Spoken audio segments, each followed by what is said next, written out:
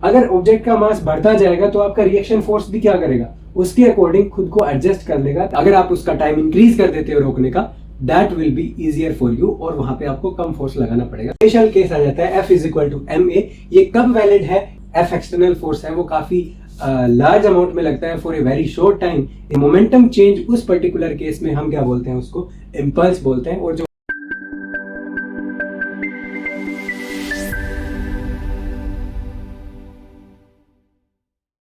Hello everyone, welcome to the YouTube channel. This is Deepak Marwal. पिछली video में हमने Galileo law of motion को introduce किया था और काफ़ी डिटेल में हमने चेक किया कि कैसे गैलीलियो ने उसको एक्सपेरिमेंटली प्रूव किया था, राइट। लेकिन गैलीलियो उसको किसी भी मैथमेटिकल फॉर्म में इंट्रोड्यूस नहीं कर पाया। और हमें पता है कि मोशन में अगर मैथमेटिकल एक्सप्रेशन हमारे पास रहते हैं तो उसको समझ पाना, उसको एक्सप्लेन कर पाना काफ़ी ईजी रहता है, राइट। बट गैलीलियो के बाद न्यूटन एक साइंटिस्ट आते हैं, राइट। वो क्या करते हैं कि मोशन को एक्सप्लेन करने के लिए विद मैथमेटिक्स उन्होंने 3 लॉज प्रोवाइड करे, राइट। उनको हम बोलते हैं Newton laws of motion, right. तो इस वीडियो में हम फर्स्ट जो आपका रूल है, फर्स्ट जो लॉ है, उसको हम यहाँ पे एक्सप्लेन करेंगे, right. Thereafter we will move to the second law, right. तो यहाँ पे न्यूटन्स लॉज ऑफ मोशन की बात करते हैं, राइट।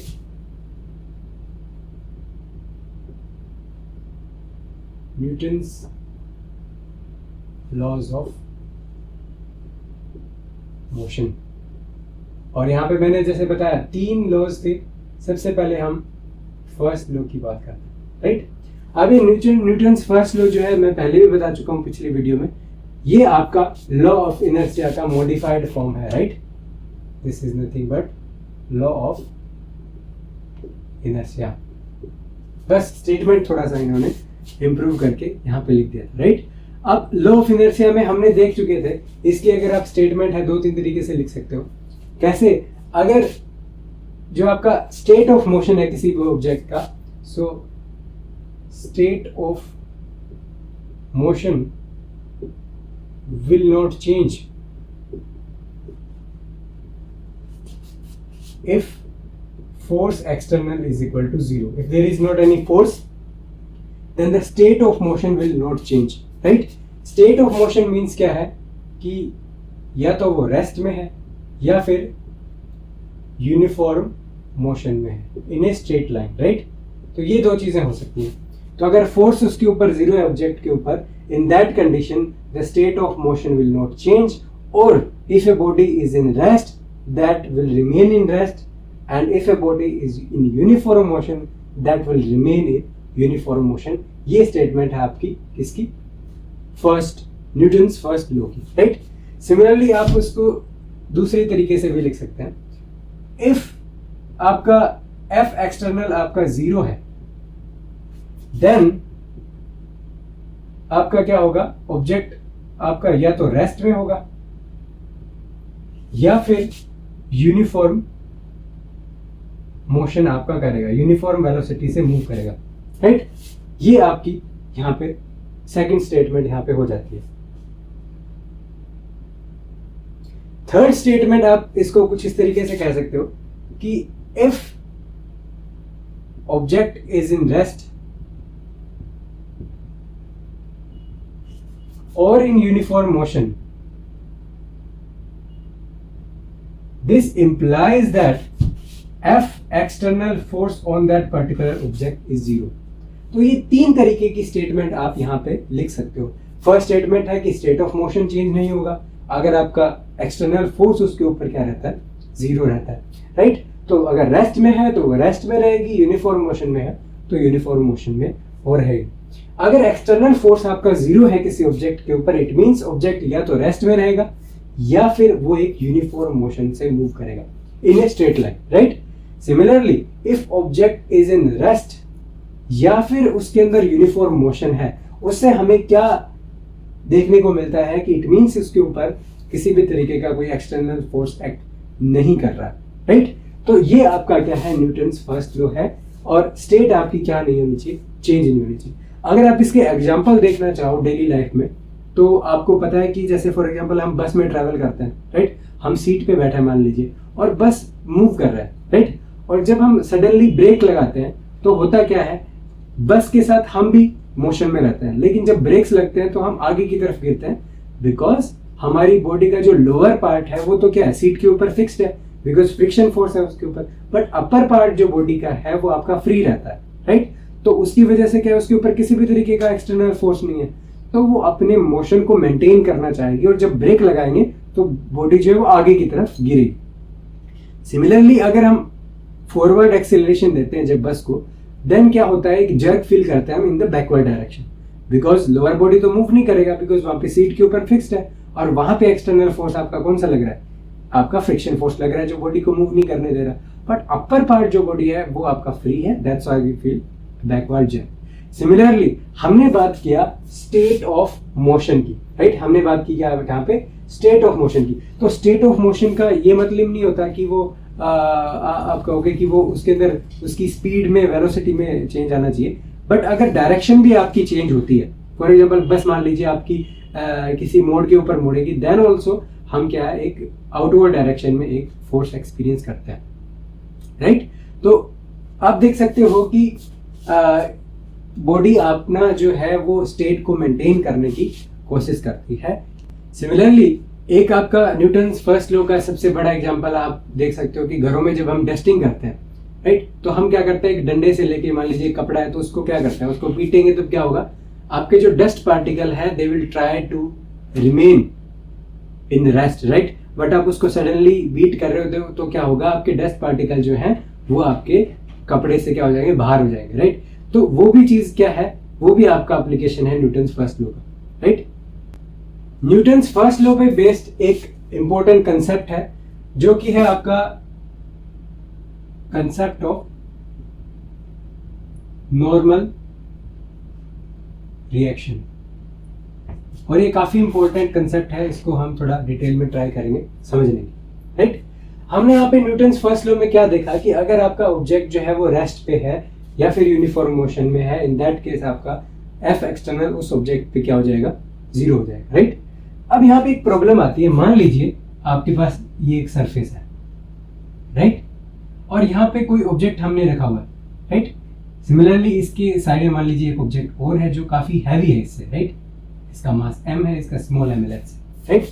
तो आप यहाँ पे चेक क्या कर पा रहे हो, ये आपका ग्राउंड है, राइट, तो ये दोनों ऑब्जेक्ट्स क्या है, रेस्ट पे है, राइट। इट मींस दोनों के ऊपर आपका एफ एक्सटर्नल कितना आना चाहिए, जीरो आना चाहिए, राइट। तो दोनों ही केसेस में आपका क्या है, एफ एक्सटर्नल क्या है, इज इक्वल टू जीरो। क्यों है, because they are in rest, right. लेकिन हमें पता क्या है कि ऑब्जेक्ट के ऊपर एक फोर्स लगता है, ग्रेविटेशनल फोर्स, तो ये तो आ गया आपका कैपिटल mg और ये आ गया आपका स्मॉल mg, राइट। इसमें मान लीजिए फोर्स कम लग रहा है, इसमें ग्रेविटेशनल फोर्स ज्यादा लगेगा बिकॉज मास आपका यहाँ पे ज्यादा है, राइट। लेकिन हमें पता है एक्सटर्नल फोर्स जीरो होना चाहिए, बट यहाँ पे तो कुछ फोर्स आ रहा है। इट मींस यहाँ पे आप क्या देख पा रहे हो कि exact forces are not known, right. Exact forces जो हैं they are not known, but state of object is, right, because यहाँ पे f एक्सटर्नल तो जीरो आना चाहिए, बट यहाँ पे f is equal to mg लग रहा है, तो इट मींस एग्जैक्ट फोर्सेस हमें यहाँ पे आइडिया नहीं है कि कैसे ये आपके जीरो हुए, बट हमें स्टेट ऑफ ऑब्जेक्ट पता है। इट मींस स्टेट आपका रेस्ट में है, फोर्स आपका जीरो आना चाहिए, राइट। अब mg यहां लग रहा है, इट मींस इसके ऊपर की डायरेक्शन में कोई ना कोई फोर्स लगना चाहिए, देन ओनली आपका एफ एक्सटर्नल क्या होगा, जीरो होगा, और इसकी वैल्यू कितनी होनी चाहिए, exactly equal and opposite to the this mg, right. तो यहाँ पे ये आपका रिएक्शन फोर्स मान लीजिए R1 लग गया, और यहाँ पे ये जो फोर्स लगा R2 लग गया, तो इनको फोर्सेस को हम बोलते हैं रिएक्शन फोर्सेस, राइट। और ये क्या होते हैं, ये आपके होते हैं, ये जो रिएक्शन फोर्सेस होते हैं ये क्या होते हैं, ये सेल्फ एडजस्टिंग होते हैं। अब यहां से कैसे चेक करोगे कि आप सेल्फ एडजस्टिंग होते हैं, अब यहाँ पे देखिए कि यहाँ पे मास कम था, यहाँ पे ज्यादा था, राइट। अगर ऑब्जेक्ट का मास बढ़ता जाएगा तो आपका रिएक्शन फोर्स भी क्या करेगा, उसके अकॉर्डिंग खुद को एडजस्ट कर लेगा, ताकि टोटल फोर्स जो है वो आपका जीरो हो जाए, बिकॉज ये ऑब्जेक्ट जो है वो रेस्ट में है ऑन द फ्लोर राइट। तो इसके बेसिस पे हमने क्या बोला, हमने बोला कि वहां पे एक क्या है, एक फोर्स लग रहा है जिसको हम नॉर्मल रिएक्शन फोर्स बोलते हैं, और आप देख पा रहे हो कि ग्रेविटी परपेंडिकुलर लग रहा है नीचे, तो ये जो रिएक्शन फोर्स है ये आपका ऊपर की डायरेक्शन में लग रहा है, राइट। बट रिएक्शन फोर्स की, जो नॉर्मल रिएक्शन फोर्स की क्या होती है, एक प्रॉपर्टी होती है, ये हमेशा परपेंडिकुलर टू द सरफेस ही हमेशा लगता है, जो आपका ये जो रिएक्शन फोर्स है वो। मान लीजिए ये जो सरफेस है ये ऐसे ना होके कुछ इस तरीके से होती और मास आपका यूं होता, इन दैट कंडीशन आप क्या कहते कि mg यहां लग रहा है, और रिएक्शन फोर्स आप यहां नहीं बोलोगे, रिएक्शन फोर्स हमेशा कहां लगेगा, हमेशा सरफेस के परपेंडिकुलर रिएक्शन फोर्स यहां पे लगता है, राइट। वो अलग बात है कि ऐसी प्रॉब्लम में बॉडी कैसे बैलेंस्ड रहेगी, इस चीज को हम आगे डिस्कस करेंगे कि ऐसी कंडीशन में एफ एक्सटर्नल आपका 0 कैसे होगा, राइट। बट फिलहाल के लिए आपको यह समझना जरूरी है कि रिएक्शन फोर्स हमेशा ऑब्जेक्ट के परपेंडिकुलर डायरेक्शन में लगता है, और ये एक सेल्फ एडजस्टिंग फोर्स होता है। सो बेस्ड ऑन दिस, अगर मैं दो स्टेटमेंट यहां पे लिखना चाहूं, अगर पहली स्टेटमेंट अगर मैं लिखता हूं कि mg is equal to r, that's why object is in rest, right. Similarly दूसरा स्टेटमेंट अगर मैं लिखता हूं कि ऑब्जेक्ट ये आपका रेस्ट में है, so that's why r is equal to mg। अगर आपसे पूछा जाए कि दोनों स्टेटमेंट में से करेक्ट स्टेटमेंट कौन से वाली है, ऐसे देखने से आपको हो सकता है कि दोनों करेक्ट लगे। फर्स्ट स्टेटमेंट में mg is equal to r, that's why object is in rest, right. But हमें यहां से देखने को क्या मिल रहा है कि यहाँ पे आपको r तो पता ही नहीं था, r है कि नहीं है आपको पता ही नहीं था पहले, but you only know the state of the object, not the forces, right. सारे फोर्सेज हमें नहीं पता, हमें mg पता था, right. But we know that the object is rest, that's why there should be some reaction force which balances this gravitational force, right. So this means ये statement आपकी ज्यादा करेक्ट है कंपेयर टू दिस स्टेटमेंट की, right. तो यहां से आपने देखा कि कैसे जो स्टेट ऑफ ऑब्जेक्ट है उसकी हेल्प से हमने क्या करा, यहाँ पे जो concept of normal reaction force है उसको यहाँ पे इंट्रोड्यूस किया। न्यूटन्स फर्स्ट लॉ में हमने जीरो एक्सटर्नल फोर्स की बात की। अब मान लीजिए ऑब्जेक्ट के ऊपर कोई एक्सटर्नल फोर्स लग रहा है, उस केस में हम उसके मोशन को कैसे डिफाइन करेंगे, राइट। तो न्यूटन ने इसके लिए सेकंड जो लॉ ऑफ मोशन है उसको प्रपोज किया, तो उसको हम थोड़ा डिटेल में डिस्कस करते हैं, राइट। सो अब हम देखते हैं Newton's second law of motion, right. और इसके अंदर सबसे इंपॉर्टेंट कंसेप्ट किसका रहने वाला, मोमेंटम का रहने वाला, राइट। तो इसमें हम देखेंगे कॉन्सेप्ट ऑफ, अब हम मोमेंटम शायद पहले भी देख चुके हैं। मोमेंटम होता क्या है, p vector is equal to mass into the velocity vector. तो एक वेक्टर क्वांटिटी होती है मोमेंटम, मास और वेलोसिटी वेक्टर का मल्टीप्लिकेशन होता है। तो इसकी जरूरत हमें क्यों पड़ी, ये हमें सबसे पहले देखना पड़ेगा, राइट। अब किसी भी ऑब्जेक्ट को मूव करना है या फिर उसको रोकना है, हमें फोर्स की जरूरत पड़ेगी, राइट। तो उस केस में हमें जरूरत किसकी पड़ेगी, एफ एक्सटर्नल फोर्स की जरूरत पड़ेगी। अगर कोई ऑब्जेक्ट हैवी है, उस केस में आपको उतना ही ज्यादा फोर्स उसके ऊपर लगाना पड़ेगा उसको मूव करने के लिए या उसको रोकने के लिए, right. It means F external is proportional to the mass of object. Similarly अगर मान लीजिए ऑब्जेक्ट मूविंग कंडीशन में है, राइट, अगर वो फास्टली मूविंग है तो आपको उसको रोकने के लिए ज्यादा फोर्स लगाना पड़ेगा, राइट। अगर वो स्लो मूविंग है तो कम फोर्स से भी काम चल जाएगा। इट मींस आपको किसी ऑब्जेक्ट का वेलोसिटी अगर चेंज करना है, अगर ज्यादा वेलोसिटी चेंज करना है तो ज्यादा फोर्स की रिक्वायरमेंट होगी, राइट। तो यहां से आप कंक्लूजन क्या कह सकते हो कि एफ एक्सटर्नल जो है that is proportional to the difference of velocity और चेंज इन वेलोसिटी। सिमिलरली आप यहां से ये भी कह सकते हो कि आपका F external that will be proportional to mass into delta V, right, mass into delta V. और मास और वी को हम डिफाइन किससे कर रहे हैं, मोमेंटम से, right. So F external is proportional to delta P, right. Similarly अगर आपको किसी ऑब्जेक्ट को फास्टली स्टॉप करना है देन इन दैट केस आपको ज्यादा फोर्स लगाना पड़ेगा। फॉर एग्जांपल मान लीजिए क्रिकेट, आपने क्रिकेट मैच में देखा होगा कि जब कैच लेते हैं तो वो क्या करते हैं, क्रिकेट बॉल को कैच करने के लिए थोड़ा हाथों को पीछे की तरफ करते हैं, बिकॉज वो क्या करते हैं, बॉल को जल्दी रोकने का कोशिश नहीं करते हैं, वो थोड़ा टाइम देते हैं उस ऑब्जेक्ट को रोकने के लिए, राइट। इट मीन्स आपका जो फोर्स है F external that will be inversely proportional to the reaction time. अगर आप उसको जल्दी रोकना चाहते हो, अगर आप बॉल को जल्दी रोकोगे तो आपको हर्ट हो जाएगा हैंड में, राइट। इट मीन्स ज्यादा फोर्स आपको वहां पे लगाना पड़ेगा उस ऑब्जेक्ट को रोकने के लिए, राइट। अगर आप उसका टाइम इंक्रीज कर देते हो रोकने का, that will be easier for you, और वहां पे आपको कम फोर्स लगाना पड़ेगा। सिंपल सा कंसेप्ट है ये, राइट। आप 10th क्लास में भी शायद इसको देख चुके होंगे। इट मीन्स ये आपका इनवर्सली प्रोपोर्शनल हो गया टाइम के। दोनों को कंबाइन करोगे तो यहाँ पे आपको क्या मिलता है, F external is proportional to delta P by delta T, और इसी को हम क्या कहते हैं, न्यूटन सेकेंड लॉ, राइट। हम क्या कहते हैं, rate of change of momentum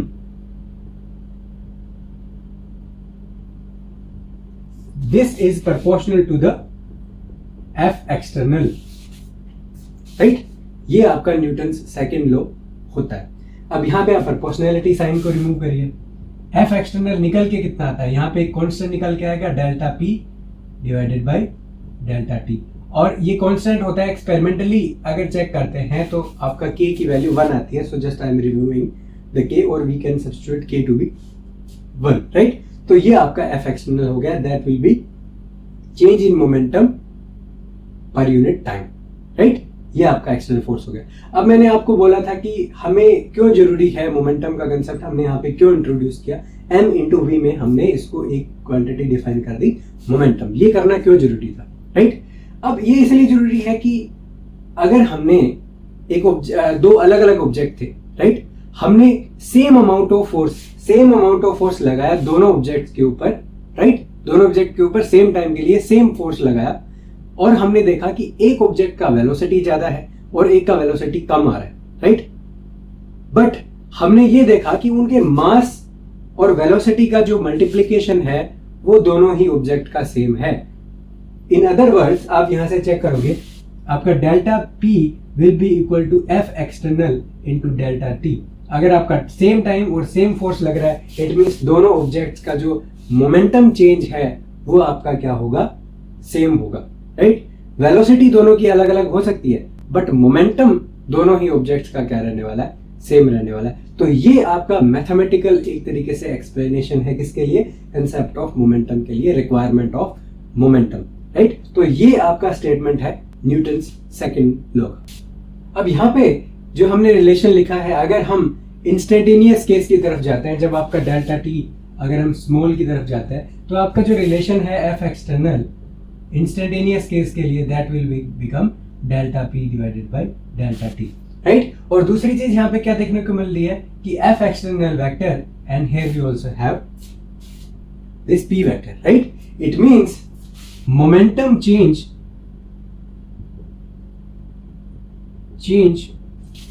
will be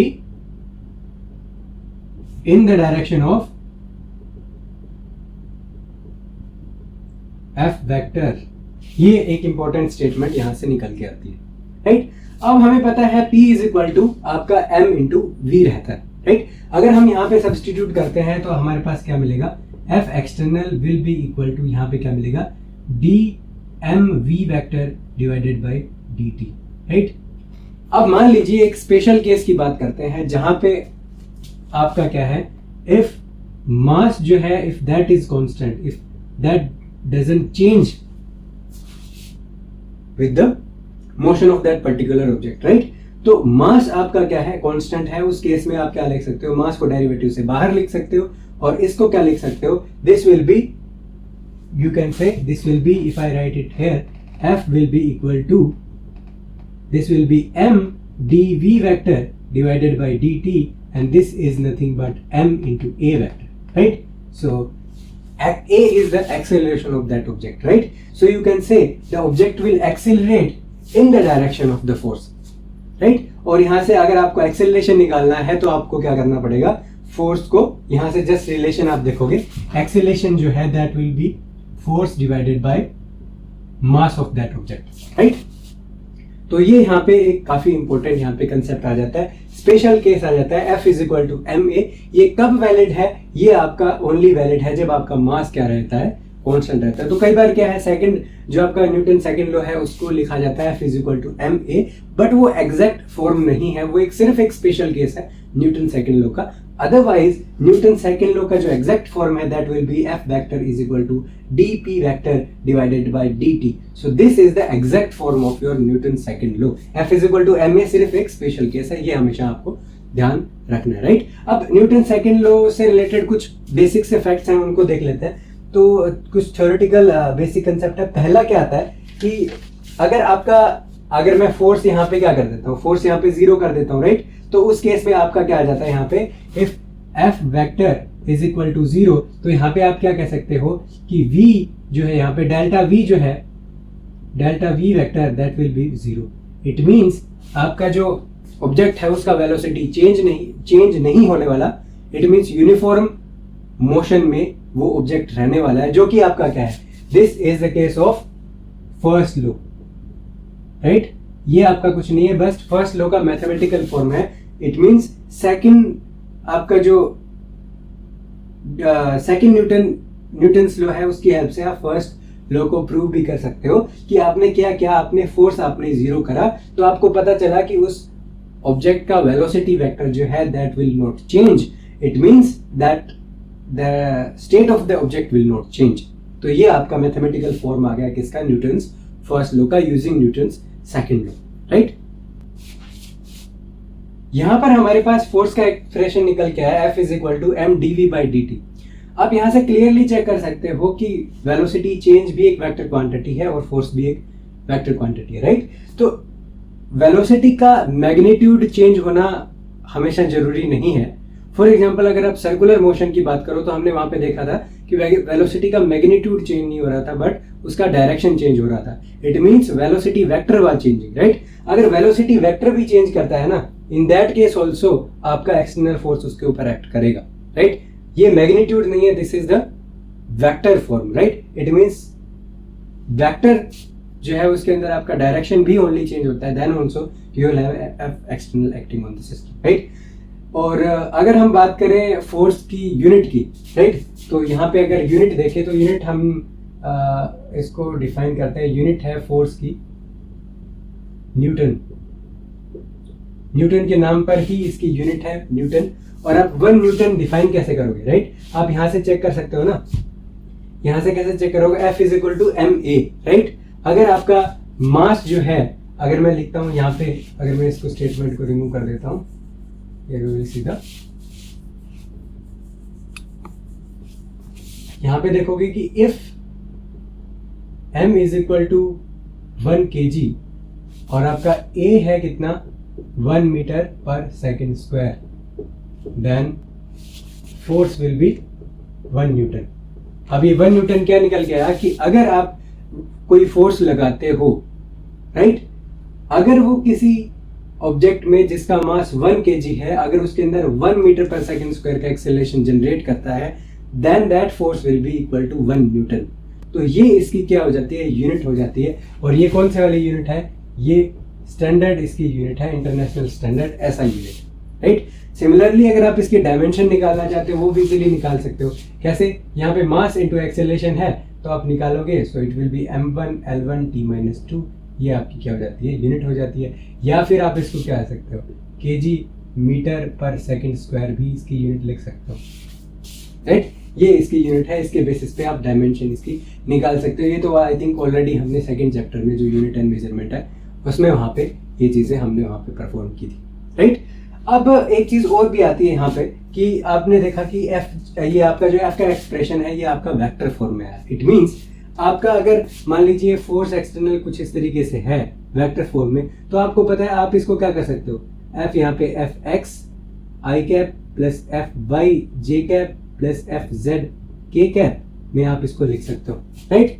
it means आपका क्या है, अलग अलग कंपोनेंट में भी फोर्स आ जाएगा। It means Fx will be यहाँ आपका आ जाएगा m dvx divided by dt, right. Similarly other components भी आपके आ जाएंगे, जैसे for example Fy will be equal to m dvy divided by dt and Fz will be equal to m dvz divided by dt, right.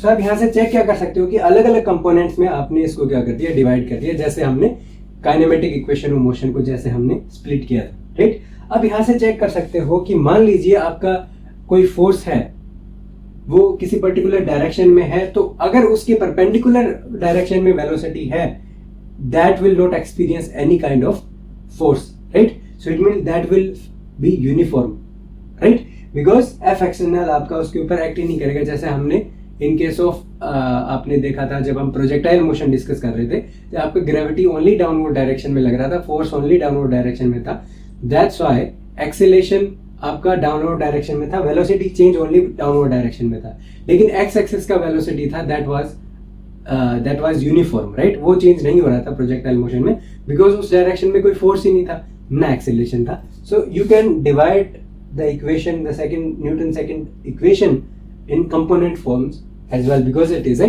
vector equation, right? तो ये यहाँ से एक important concept आता है। दूसरा concept क्या आता है कि जो आपका acceleration है किसी भी object के ऊपर या force है, वो क्या करता है, that depends upon only that particular instant, not upon the history of the, you can say history of that object, right? ये statement आप लिख भी सकते हो। इसको समझने के लिए कैसे देखोगे, मान लीजिए कि हम एक एक्सेलरेटेड ट्रेन के अंदर बैठे हुए हैं, राइट, तो हम भी उस ट्रेन के साथ एक्सेलरेशन मोशन में रहेंगे, राइट। अगर हम उस ट्रेन से जंप कर जाते हैं, so the moment we jump from the train, हम जो है वो ट्रेन से क्या हो जाते हैं, सेपरेट हो जाते हैं, और उस पर्टिकुलर पॉइंट पे हम क्या है, एक्सेलरेट नहीं होंगे, राइट। उस केस में ओनली एक फोर्स एक्ट करेगा, that will be the gravitational force in the downward direction. Train accelerate होके निकल जाएगी, there is not any problem, but हमारा जो जिस मोमेंट से हम ट्रेन से अलग होंगे, उस मोमेंट पे ही हम पे ट्रेन का फोर्स लगना क्या हो जाएगा, बंद हो जाएगा। It means force on a particular object depends upon that particular instant, not upon the history of the object, because पहले तो हम ट्रेन में मूव कर रहे थे जो कि एक्सीलरेटेड कंडीशन में थी, बट जस्ट हमने जब जंप किया, इन दैट पर्टिकुलर केस हम पे क्या है, एक्सेलरेशन एक्ट नहीं कर रहा है, right. So that is completely independent upon the history of that particular object. Newton second law में एक दूसरी क्वांटिटी आती है जिसको एक्सप्लेन करना काफी इंपॉर्टेंट है, जो कि है इंपल्स।